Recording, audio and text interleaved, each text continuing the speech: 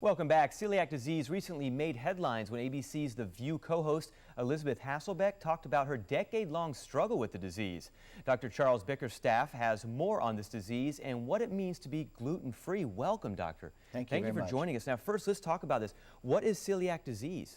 Celiac disease is an immune disease where certain people who are sort of genetically determined will have an inability to handle certain types of plant proteins. Okay. These are like wheat, oat, barley, and about 5% of the population cannot even tolerate oats. So that's the gluten that we're talking about. That's the gluten, that's the protein. Wow. Okay. Now, let's talk about the symptoms. What are the symptoms for this disease? The symptoms are essentially are kind of a unique situation because it can be gas, bloating, diarrhea. Those are the most common things. Unfortunately, that's also associated with so many other diseases that most people, it takes up almost, especially an adult, up to 9 years before that diagnosis is finally made. In children, pediatricians are somewhat more primed to look at it, and there the children have a failure to thrive. They don't gain weight. They're very irritable. Sometimes it can be made a little bit more. Unfortunately, in education processes in medical school, we were taught that this is a very rare disease. Now we know that it's not.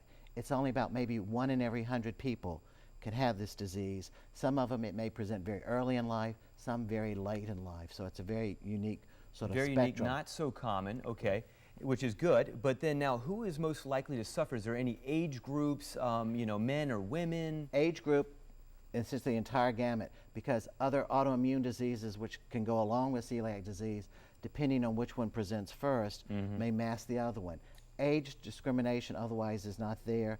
Females tend to be a little bit more, two times to 1 to have the disease more, but both of them can have that disease process. Okay, and then obviously if somebody does have this disease, what can be done to treat it? What is being done? The treatment is very unique. First of all, you've got to make sure that's the correct diagnosis.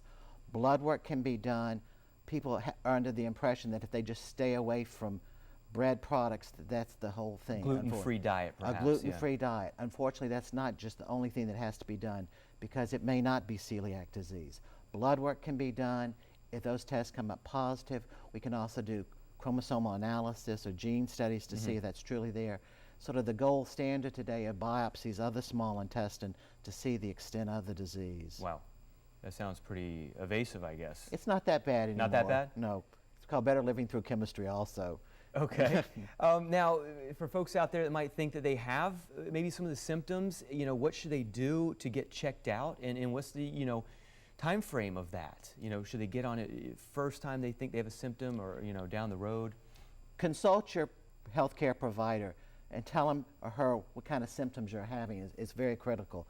Blood work can be done. People say, well, I'll just treat myself. Unfortunately, the disease can manifest itself in different ways, that's not the only problem they're having. Lab tests are available to see. Again, endoscopy, where people look into the small intestines, take the biopsies of the tissue. We can see the extent of the disease. And then it's very critical from that stage to then, if the diagnosis is truly celiac disease, to immediately go on a gluten-free diet. People say, oh, I can just stay away from bread. It's not just bread. Gluten is used in so many different medications, and now we're even seeing it's in shampoos people are using. So as little as 20 parts per million can be significant enough in that patient such that they will keep their disease active. So it's not just cutting out the breads. There's so many things that we probably don't even know about every day that we eat that have gluten in it. Now, is there any visual things that you can see with this disease? Visually, from externally, there is a form of gluten disease which affects the skin. That's called dermatitis herpetiformis. These people, here's a classic example of it. See these little bumps and everything? These are very itchy. People are scratching themselves. They get a secondary bacterial infection. Here's the next. It usually occurs on the arms and the legs and even on the buttocks. Wow. Nice thing about this, within about 6 weeks of going on a gluten-free diet, the skin itching and resolves itself. But gluten disease or celiac disease is a disease lifelong. You have to stay gluten-free for the rest of your life. If you don't, the dermatitis can occur. The problem is there's also other conditions. One of the most worst ones we can think of tends to be certain types of cancers of the small bowel, the head and the neck. So as long as you stay away from these, your risks are diminished. If not, other things occur. And nutritional deficiencies, because if your bowels are not able to absorb Sure. the nutrients, other conditions, iron deficiency anemia, osteoporosis, even thyroid disease is associated with it. Most recent study with children who are juvenile diabetics also have a greater propensity to develop gluten disease too. So people need to be checked early to see if they've got these. In other words, autoimmune diseases overlap, and you need to make sure that everything is being treated And we are appropriately. talking about getting checked out, doctor. How can they and where can they learn more information and possibly, you know, come see you and see Right. see what the deal is so we can get that early prevention? There's sort of a mnemonic called celiac, and the first thing is consult a skilled dietitian Okay. who can educate you on what you need to eat and what you, more importantly, what you can't eat from that standpoint. The second is education to the patient, talking to their physician. Gastroenterologists, other healthcare providers are very knowledgeable about this. The second thing is, what is the extent of the disease? Are there other Okay. nutritional deficiencies? Also, advocacy groups. We have support groups that are established in the low country area. When we meet periodically, we talk about the disease process, other diseases that can occur with this, what are the products available, going to the grocery stores, learning how to read a label.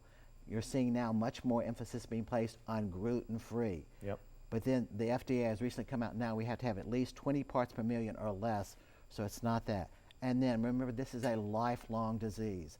You've got to stay on this the rest of your life. It's not just a few days, and, oh, I feel better, I can stay off of this. Okay, and so how can they contact you at East Cooper? East Cooper Hospital, our number is 881-0100. Ask for the gastroenterologist. Also out in the community, we have office numbers available in the phone book for gastroenterologists. Okay. As I said, all of us are scattered all over throughout the city. Dr. and everything. Bickerstaff, thank you so much for stopping by and sharing this with us today. Thank you very All much. right. And you want to keep it here, all the details on how you can be a park angel. That's coming up after the break. Stay with us.